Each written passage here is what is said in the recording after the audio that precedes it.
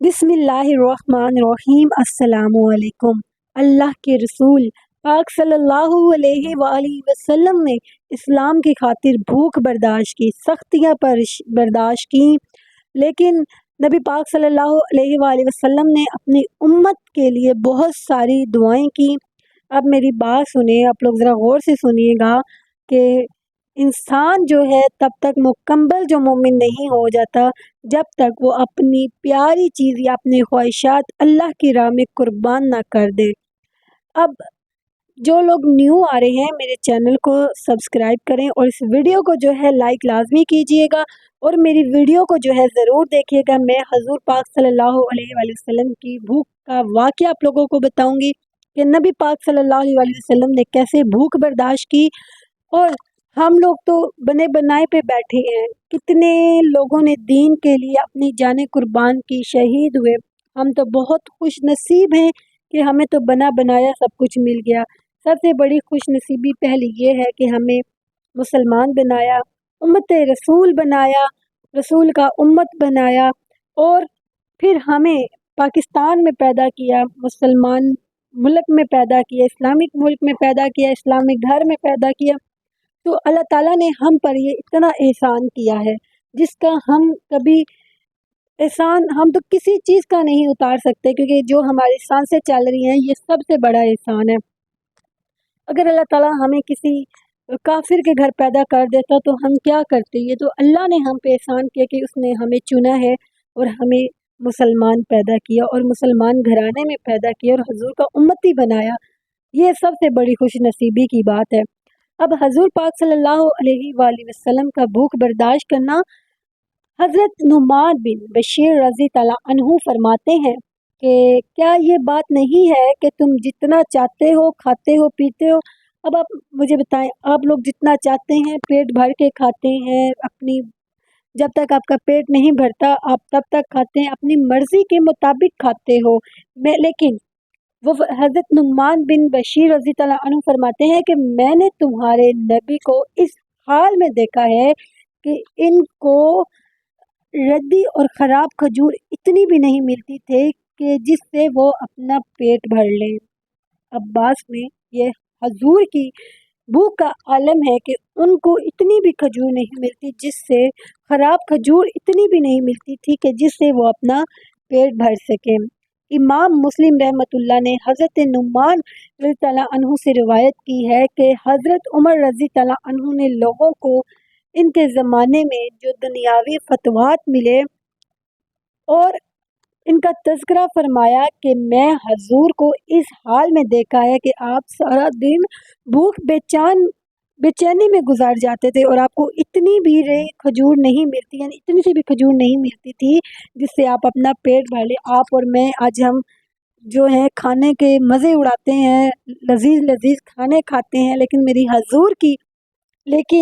मेरे हजूर की शान देखें कि उनको इतनी भी खजूर नहीं मिलती कि वो अपना पेट भर लेते। हज़रत अबू हुरैरा रज़ी तआला अन्हु फरमाते हैं कि मैं हजूर पाक सल्लल्लाहु अलैहि वसल्लम की खिदमत में हाजिर हुआ। अब बैठकर नमाज पढ़ रहे थे।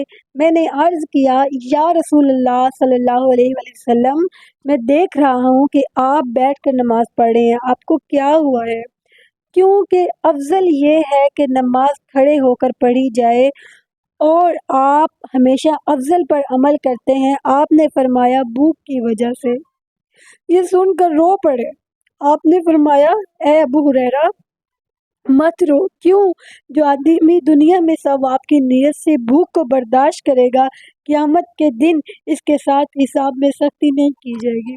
ये मेरे हजूर की शान है कि नमाज बैठ कर पढ़े। जो जिनके लिए ये पूरी कायनात बनी वो बैठ कर नमाज पढ़े भूख की वजह से। हज़रत आयशा रज़ी तआला अन्हा फरमाती हैं कि हज़रत अबू बकर रज़ी तआला अन्हु के घर वालों ने एक रात हमारे यहाँ बकरी की एक टांग भेजी।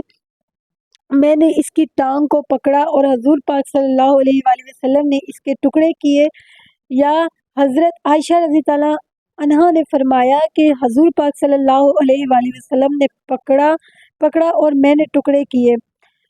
حضرت عائشہ رضی اللہ عنہا جس سے بھی یہ حدیث بیان کرتی، اس سے یہ بھی فرماتی کہ یہ کام چراغا کے بغیر ہوا، یعنی کہ گھر میں چراغا بھی نہیں تھا۔ طبرانی کی روایت میں ہے، یہ بھی ہے کہ روی کہتے ہیں کہ میں نے حضرت عائشہ رضی اللہ عنہا سے پوچھا، اے امیر المومنین، کیا یہ کام چراغا کی روشنی میں ہوا تھا؟ انہوں نے کہا، اگر ہمارے پاس چراغا جلانے کے لیے تیل نہیں تھا، چراغا جلانے کے لیے تیل ہوتا تو ہم اسے کھا لیتے۔ یہ میرے حضور جن کے لیے پوری کائنات بنی، انہوں نے یہ بھوک برداشت کی۔ دل یہاں ہمارا رو رہا ہے کہ حضور پاک صلی اللہ علیہ وآلہ وسلم نے اپنی امت کی خاطر کیا کیا برداشت نہیں کیا۔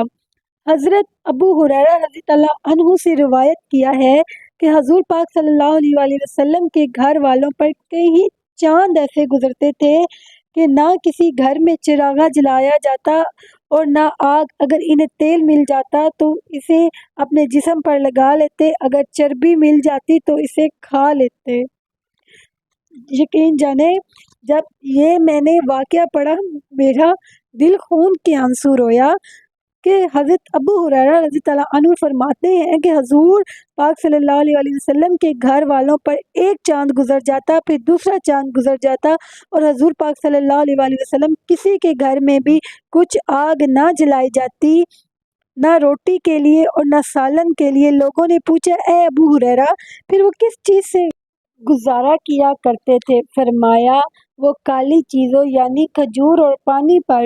یہاں حضور پاک صلی اللہ علیہ وآلہ وسلم کے پڑوسی انصار تھے، اللہ تعالیٰ نے انہیں بہترین جزا عطا فرمائی۔ ان کے پاس دودھ والے جانور بھی ہوتے تھے جن کا کچھ دودھ حضور پاک صلی اللہ علیہ وآلہ وسلم کے گھر والوں کو بھیج دیا جاتا تھا۔ حضور عروہ رحمت اللہ فرماتے ہیں کہ حضرت عائشہ رضی اللہ عنہا فرمایا کرتی تھی کہ اے میرے بھانجے، اللہ کی قسم، ہم ایک چاند دیکھتے ہیں، پھر دوسرا، پھر تیسرا، دو مہینوں میں 3 چاند دیکھ لیتے ہیں، اور حضور پاک صلی اللہ علیہ وآلہ وسلم کے گھروں میں آگ بالکل نہ جلائی جاتی تھی۔ میں نے کہا، اے خالہ جان، پھر آپ لوگوں کا گزارا کیسے ہوتا ہے؟ انہوں نے فرمایا، وہ کالی چیزوں پر یعنی کھجور اور پانی پر۔ البتہ حضور صلی اللہ علیہ وآلہ وسلم کے پڑوسی انصار کرتے تھے جن کے پاس دودھ والے جانور تھے، اور ان کا دودھ حضور کے پاس بھیج دیا کرتے تھے جو حضور ہمیں پلایا کرتے تھے۔ حضرت عائشہ رضی اللہ عنہ فرماتی ہے کہ ہم 40 دن اس طرح گزارا کیا کرتے تھے کہ ہم حضور کے گھر میں نہ آگ جلاتے اور نہ کچھ۔ میں نے کہا، آپ لوگ کس چیز پر گزارا کرتے؟ انہوں نے کہا، 2 کالی چیزوں پر یعنی کھجور اور پانی پر، اور بھی جب میسر آ جائے۔